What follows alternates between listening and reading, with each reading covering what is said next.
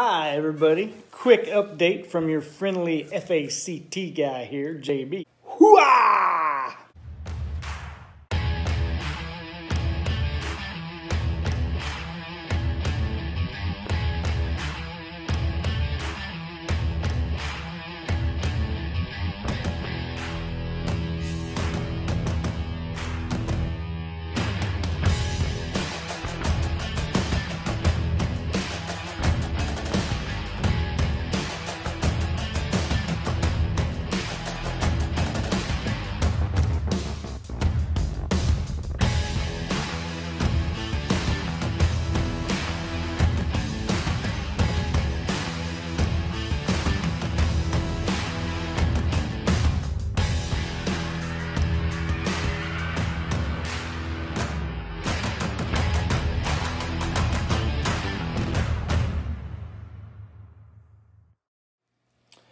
So, the numbers are in for the state of Arkansas, my state, for the 25th of March. Today's 25th of March, and I just posted a video earlier, and I wanted to give a little bit more perspective closer to home.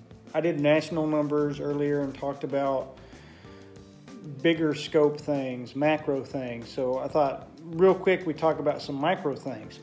So far, in Arkansas, there has been 1,717 tests, 1,717 tests performed for the COVID-19 disease, the Wuhan flu. Arkansas has a total population of 3,018,000 and some change. You round it off to 3,018,000. So, when you get the percentage of the test to the population, it's not a very big percentage, but it's big enough to take a small sample size from, okay? So, out of the 1,717 tests, the 1,717 tests performed in Arkansas, we've had 280 positives.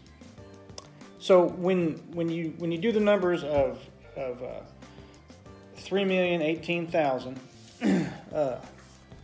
total population in Arkansas, and you figure out what percentage 1,717 is of that, it ends up being 0.05%.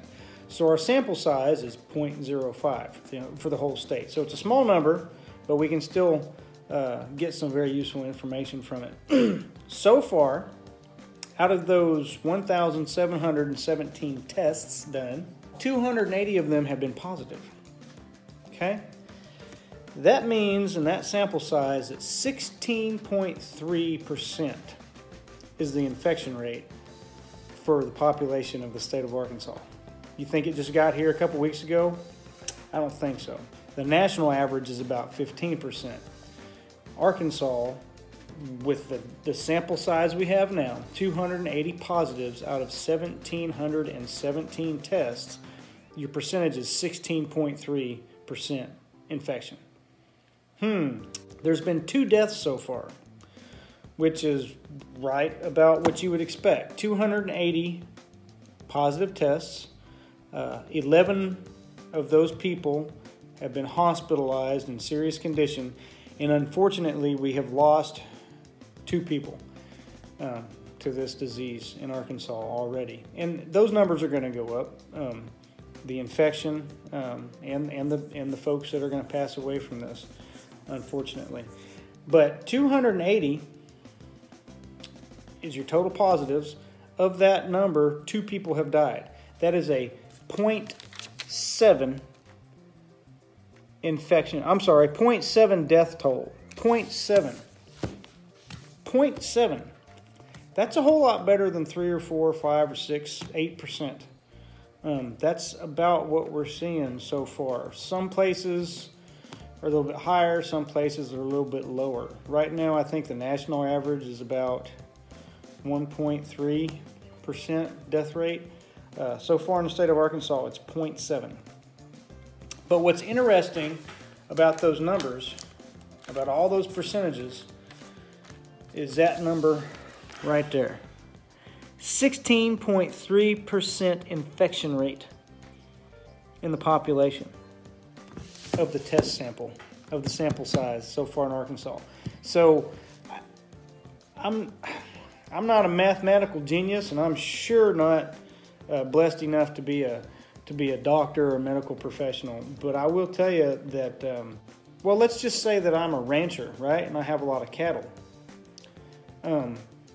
If I have 100 cattle and 1 or 2 of them get sick and they're contagious, that tells me that whatever that contagion is, it just started recently, okay? But if you tell me that 16 out of 100 cows have got some kind of sickness, odds are I'm going to think that it's been there for a while. Just saying. I mean, like I said, I'm not a professional, but my mama didn't raise no dummy. I watched Governor Cuomo's, the governor of New York, I watched his press conference a while ago, and he specifically said that the disease had been in New York for a lot longer than anybody could have possibly known, because it is a hub of travel and business for the entire globe. So America has been infected for a while. If you have a 16%, higher than 16.3% infection rate in even a sample size that small, it's just common sense. It didn't just happen overnight. It's been here for a while. So I'm trying to present that idea to folks that are freaking out about this bell curve that we're going up.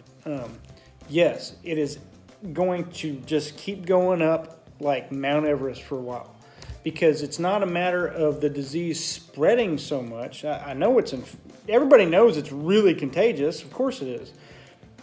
That's not the problem. The problem is it's not that we're finding new spread, it's that we're finding cases that have been there already.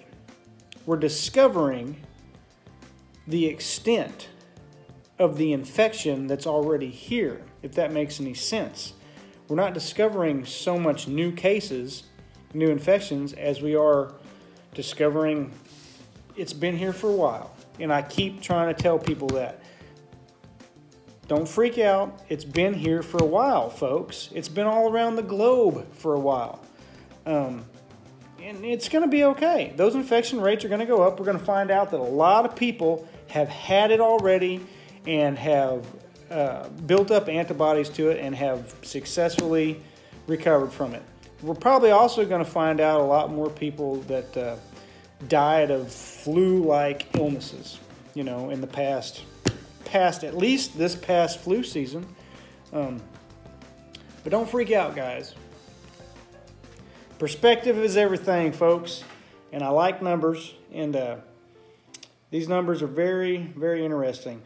One kind of good thing about this disease, the Wuhan flu, the coronavirus, is that it seems to be very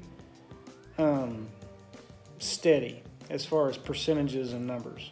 Every demographic that it affects, it's very consistent. So that's good, because it allows us to plan for it a little bit better. It allows our leaders to plan for it a little bit better. So let's keep up this social distancing thing, and let's have some perspective. It's okay to be concerned, and it's okay to be worried a little bit, but we're going to make it through this, y'all. There's a big old book that I read, and sometimes I should read it more, but in that book there is contained a passage, and it says something along the lines of, don't worry about anything, pray about everything, and give thanks for anything. So I'm going to try to heed that advice. Don't worry about it, guys. God's got it. Keep calm and carry on, baby.